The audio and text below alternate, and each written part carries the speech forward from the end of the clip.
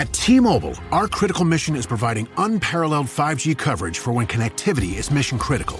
Introducing T-Priority, America's best 5G network experience for first responders, even in times of congestion. More capacity, faster speeds, better coverage.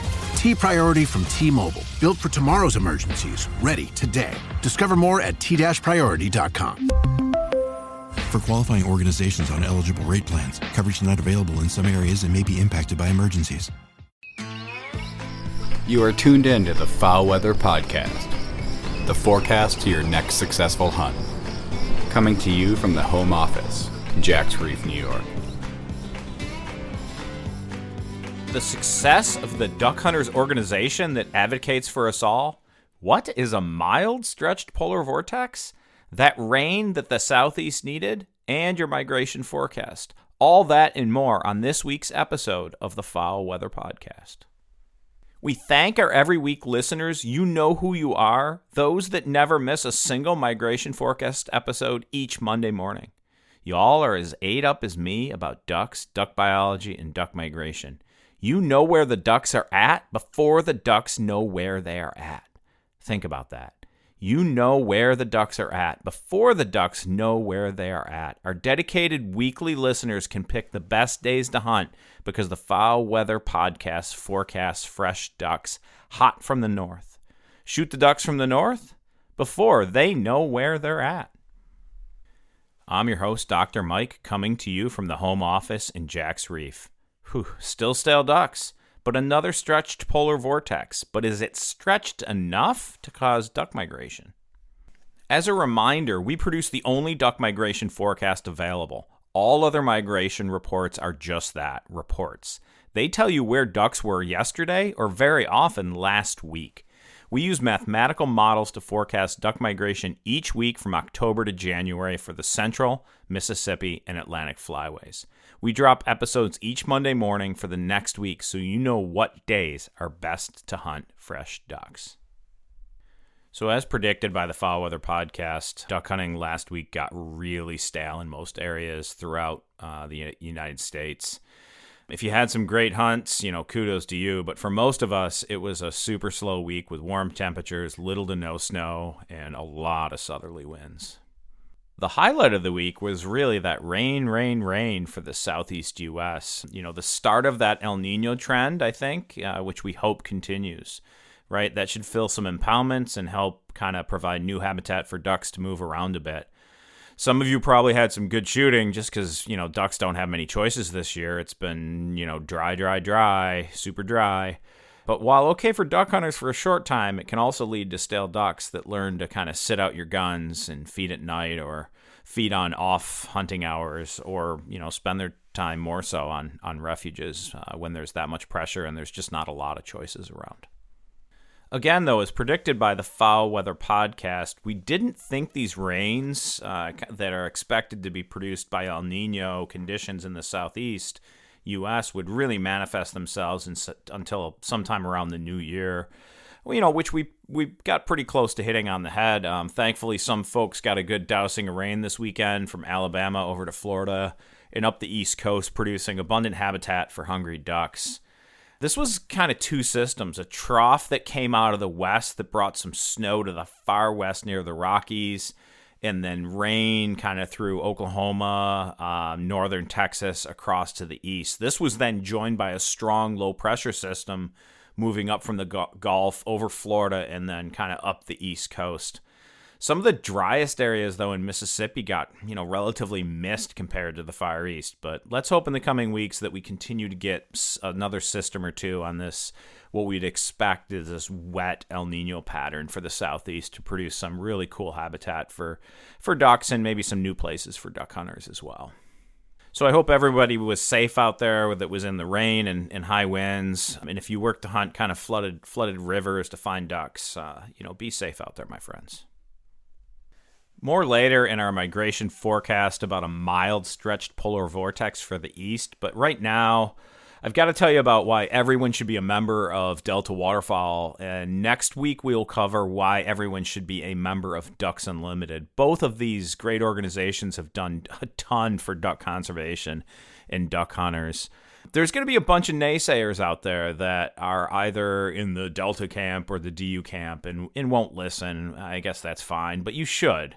This is not an advertisement. We don't have any sponsorship from either of these organizations, but, rather I've worked, and the Foul Weather podcast team has worked with both these organizations in several capacities, and we just simply understand the good that they do and the hardworking people and volunteers behind both organizations, right?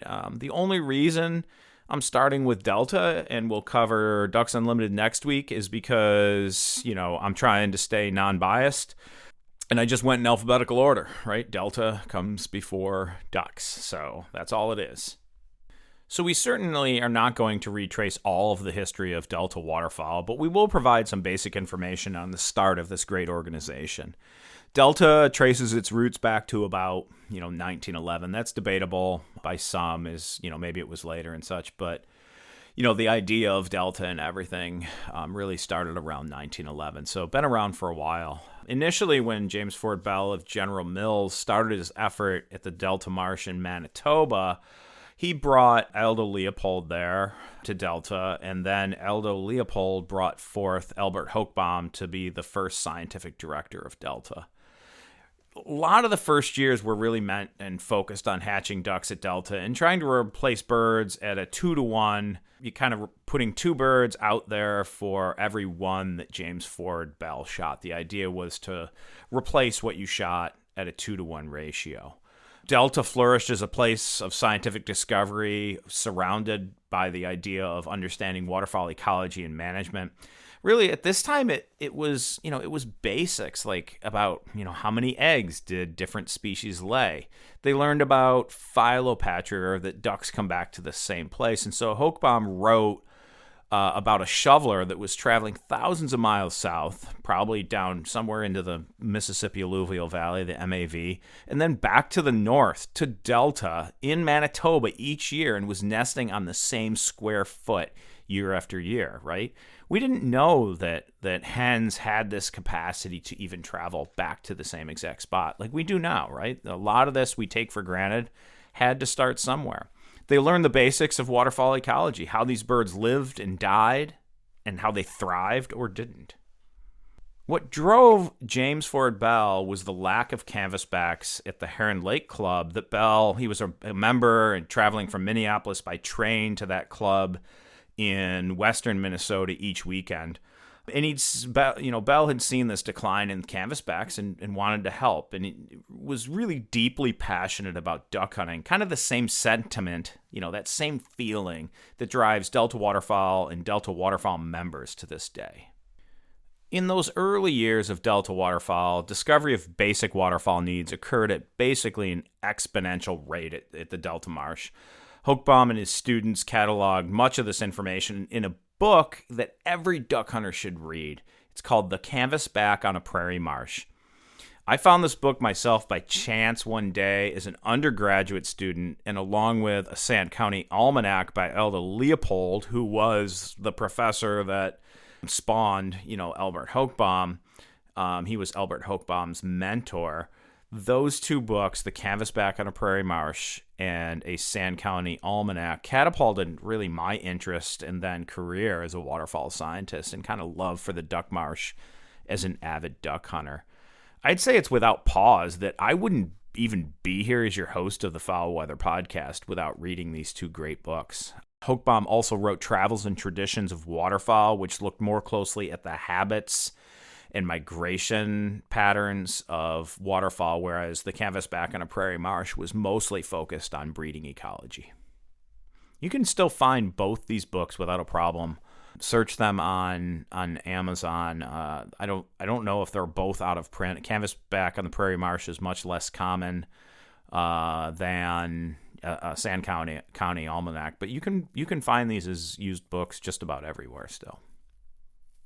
So Bell's vision was to hatch canvasbacks at the Delta Duck Station and replenish the skies, right? But, he also did know that raising ducks from eggs to flight had its limitations. And it was kind of but a Band-Aid in the larger scheme of conserving duck habitat for ducks across the, kind of greater prairie landscape. The dirty 30s came next. Drought and disease really plagued ducks, and their populations plummeted on the prairies. It was at this time, really, that Delta noticed that they could play a major role in really understanding drivers of duck populations, and their science program kind of went into full gear.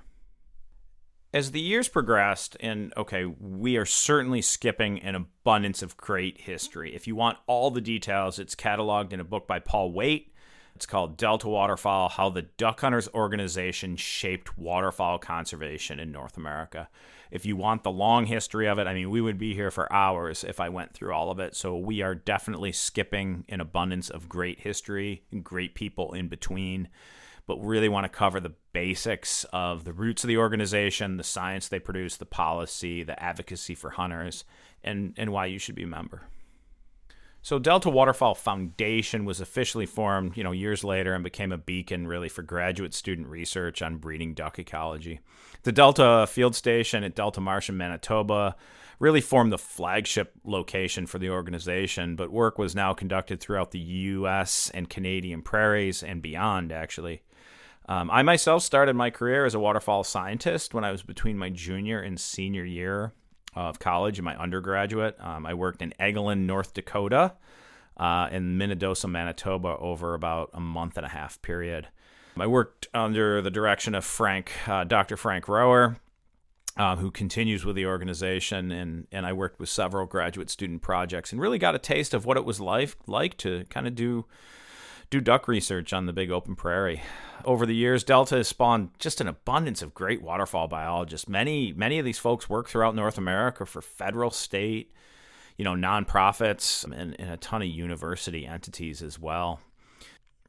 Because of my background, that is among kind of the greatest benefits I've seen from Delta Waterfowl, the training of the next generation of waterfowl and wetland scientists, conservationists, and managers that kind of make the duck machine, the duck harvest, the duck management, the duck conservation machine in North America tick. But Delta is so much more than just training students. A few years back, Delta actually hit some, I don't know, I think I'm going to call them financial issues. I might get this wrong. They sold the Delta Field Station in Manitoba. It's now owned by a very staunch Delta supporter, John Childs. Delta kind of moved operations to the U.S. in Bismarck, where they've greatly rebranded their organization and grown really substantially in their capacity in the last decade or so. I'd say above all, Delta separates themselves a bit from Ducks Unlimited mission, and they're focusing on supporting duck hunting and duck hunter recruitment, retention, and reactivation. It's called R3. Delta built a wonderful and tangible brand for the everyday duck hunter, right? Now known as the Duck Hunters Organization, it is my opinion that no other organization on the planet looks out for the interest of duck hunters more than Delta Waterfowl. I'd say among the greatest threats to duck conservation and duck hunting culture on our continent and probably beyond is apathy, right? Apathy built by a lack of duck hunters.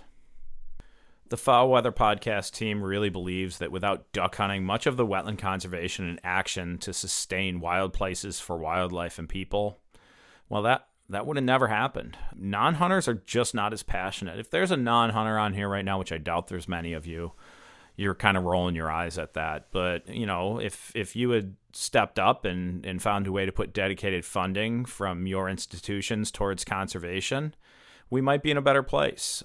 But, we all know that non-hunters have kind of little to show for kind of decades of lip flapping for the most part. Most recently, Delta Waterfowl has really rejuvenated their research program funded by fantastic supporters and philanthropy. They now work in all 4 flyways. They still primarily focus on breeding waterfowl research that's applied to waterfowl conservation and kind of harvest management policy, but they have spread their wings a little bit, haha, pun intended. My own lab at ESF, the College of Environmental Science and Forestry here in Syracuse, New York, is partnered with Delta and the Atlantic Flyway on several projects. Many of my colleagues also have worked with Delta Waterfowl in the U.S. and Canada to advance really waterfowl conservation efforts, right? All this science is with the duck hunter in mind, right? These great science projects across duck country, think about this. These great science projects that give us information to conserve waterfowl enhance the capacity to sustain duck hunting culture. They also train the next generation of leaders kind of to sustain that culture of duck hunting in the U.S. and beyond. Really of special note, Delta has become a super strong force advocating for duck hunter interests. They push for greater access for quality duck hunting, look to remove archaic laws that don't allow duck hunting on Sundays in some states, advocate for expanding waterfowl hunting on national wildlife refuges, which are increasingly managed by non-hunters that don't see the benefits that duck hunters themselves have brought to the national wildlife refuge system through that nonprofit support for wetland restoration on national wildlife refuges and nearby lands, and the application of duck stamp funds that are used directly to purchase national wildlife lands, national wildlife refuge lands themselves. Delta has great, I'd say substantial, superior support from some key donors that helped start the University Hunt program that introduces university students to the duck hunting culture. I'd say too long if we had college graduates entering the conservation workforce without an appreciation for the history of game species conservation and the role of waterfowl biologists as leaders for conservation of all species, right? The Delta Waterfowl University Hunt program aims to introduce university students to hunting to ensure that professionals entering the wildlife field have an appreciation for the role of hunting in funding conservation efforts as an opportunity to understand just the culture of waterfowl hunting. As future wildlife professionals, it's really vital that our students understand the waterfowl hunting culture and the role that waterfowl hunters have played in conserving wetlands and wild places, not wildlife places, but wild places for us all.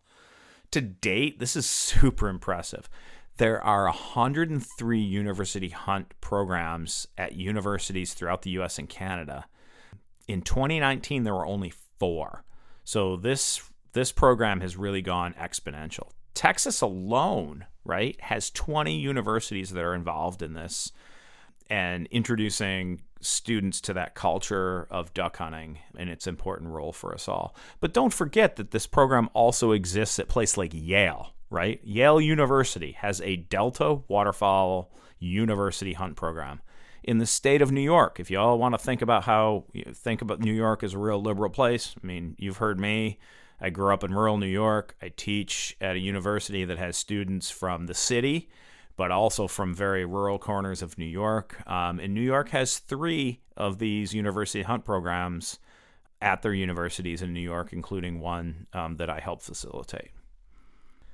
All right, so if you have interest in hosting a university hunt program at your local university or know of students that really would be willing to work to help host a program at their university, you can contact Stephen Sowell, Sowell,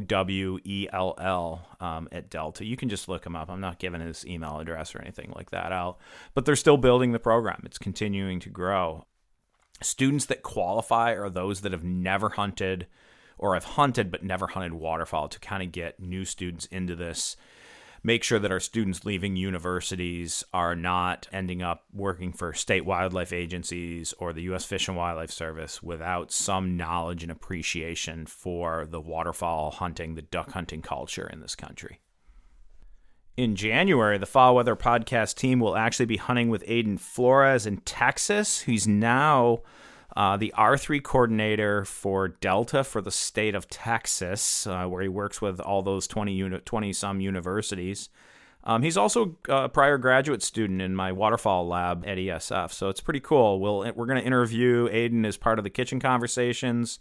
We're going to record some shoots with him in the marsh and bring his Delta and kind of duck hunting message to the Foul Weather Podcast, in the coming months, once we get that one recorded. So what is Delta to me, to the Foul Weather Podcast team? It's waterfowl science to inform waterfowl conservation and management. It's policy that advocates for duck hunters like no other organization. And it's R3, ensuring that the next generation continues to value the substantial successes that have occurred for us all because of duck hunters. All right, so there's going to be haters, but don't listen to them. Delta's a great organization that does great work for duck hunters. So does Ducks Unlimited. We can all find at least $100 or so each year in our pockets to support these two great organizations.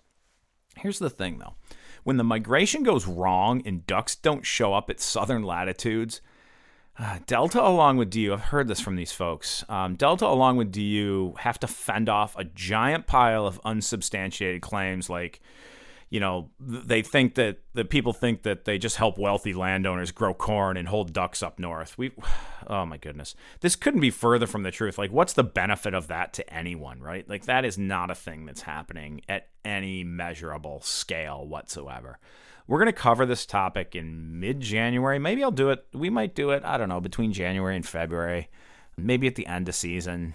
We'll find a good spot for it. It's going to be called the Corn Episode, and really bring light to some of the super naive comments that come from duck hunters about corn and flooded corn. So hang in there. It's going to be entertaining and informative, just like everything we do at the Foul Weather Podcast. That's our aim, is to kind of entertain and inform at the same time. All right, that's a quick look at why all of us should be members of Delta Waterfowl Foundation and you really support their message as the Duck Hunters organization. We'll certainly rinse and repeat this topic next year again, give you updates and progress on Delta, on their focus on supporting ducks and in the duck hunting culture. On to this week's migration forecast and more on that mild. The key word here is mild stretched polar vortex. That's going to bring some cold to the eastern U.S. So the question would be, did it turn out cold enough? Unfortunately, no. Like, there's almost no snow in the forecast either east of the Rockies this coming week. My bet right now, is noted earlier in the on the podcast, is that we're probably not going to have a white Christmas in most areas. The problem in an El Nino year is that when cold air tries to push out of the Arctic into the U.S., it often hits a super strong west to east jet stream kind of coming off that, the warm Pacific. And it just moves cold air off the northeast coast of North America and generally keeps us warmer in the upper Midwest, Great Lakes, and Northeast. That place where ducks, especially mallards, just want to ball up this time of year and not move south. Probably why Mississippi isn't seeing a lot of mallards, right? In my expert opinion, it's going to take a very strong polar vortex disruption to make another kind of cold January event happen. So throughout duck country, we're really looking at another stale week. I just report the news. I don't make it, folks. We'll hit the highlights right here off the bat at this time, though. In the east, I'd focus on Tuesday and Wednesday at mid-latitudes when nighttime temperatures are, decreasing, might make local ducks need to feed a bit more. Also considering that recent flooding from heavy rains, you might find some good field shoots of ducks. A lot of these mallards now that we've been bumping into and seeing are really trying to concentrate not as much in the marshes anymore. They're hitting the carbs, and if they can find some wet spots in cornfields, that seems to be where people are having some success with ducks at northern to kind of mid-latitudes. Farther west in the Midwest, shoot kind of for the same days, but it's also been super dry. So if you've been shooting the same ducks over and over again, maybe kind of give them till Wednesday for a shoot if you've already hit them on this last weekend here, right? Farther west, I'm telling you, it's just warm. There's not much to be done about it. As far west as and north as Montana, almost on the Canadian border, highs are in the 40s all week. Yeah, it gets down to freezing at night, but think about that. Highs are in the 40s all week. It's dry. There's not snow cover. If there's rivers open, right, these mallards, they can field feed. We're going to continue to see a trickle of our early ducks, right? Our widgeon, our green wings, our pintails, our shovelers. A lot of those birds right now, though, because they do tend to move early and we've had a few cold fronts, they are likely on, a good number of them, not all of them, are on their terminal areas. So now it just becomes weather, local weather, rain as to how they move around and how much pressure they get. So, mix things up. Try to leave some places quiet for a few days. If you've got, say you're in the MAV and you've got a club on WRP land, make sure and really work at rotating those areas. Scout hard, find where you've got birds using areas, and rotate your shooting so you can kind of minimize some of that pressure. I see you looking at me. Hey, what's up? It's Wanda Sykes. I'm here to remind you about something super important. getting your breast screened. Because trust me, your breast health should be a priority. Early detection for breast cancer can change the game, which is why you should visit yourattentionplease.com to learn more. And do me a favor, if you've already had a breast cancer screening, remind your friends and family to visit yourattentionplease.com too. We gotta look out for our girls. So kind of here's the summary of what I think's going on, at least for mallards. A lot of people are complaining about not seeing them. It's not my sense that the mallard population is anywhere dismal. Yes, it was down. Breeding population was down a bit, but we did have some really good brood rearing and nesting conditions, so I think we did well with that. So I don't really feel like mallards are just like substantially plummeting or anything. So don't get into that kind of rhetoric with people that, oh, the surveys must be wrong. There's no mallards. So last week, Forbes Biological Station, Havana, Illinois, flew the Mississippi and Illinois rivers. December 6th they flew, and their comment, Josh Osborne specifically, I think, who flies that and does the blog now, was wondering where'd all the mallards go, because they lost them, right? So, the Foul Weather Podcast answer to that, fuck, they're everywhere, right? We're at a time of season when ducks have just been able to start to feed out some areas and are now kind of moving on.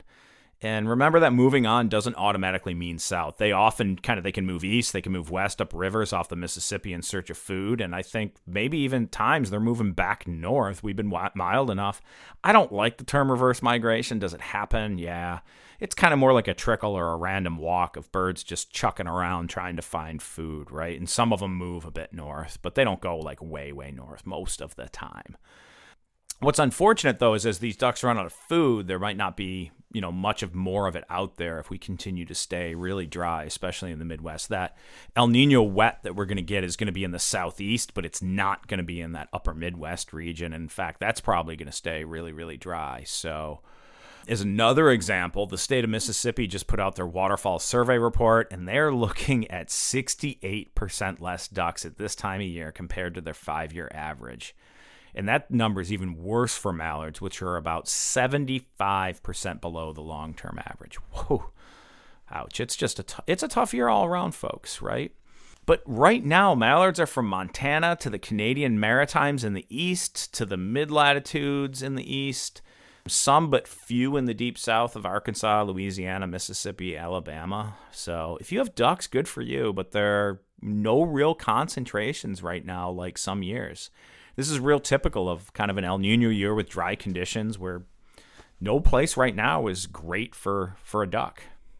Also remember that some seasons are actually closing at northern latitudes, and ducks are still on these areas because it's just been a pretty mild year. So there's going to be no pressure to move them on. The only hope is to have a good cold front in January now to make them move at least one more good time to push them.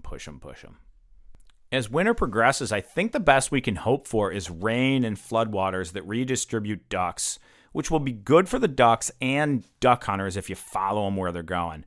Again, if you have ducks, good for you. It's definitely not common everywhere this year, and I'm guessing in a really dry year and in dry areas where ducks don't have many choices, maybe some of them are taking it on the chin.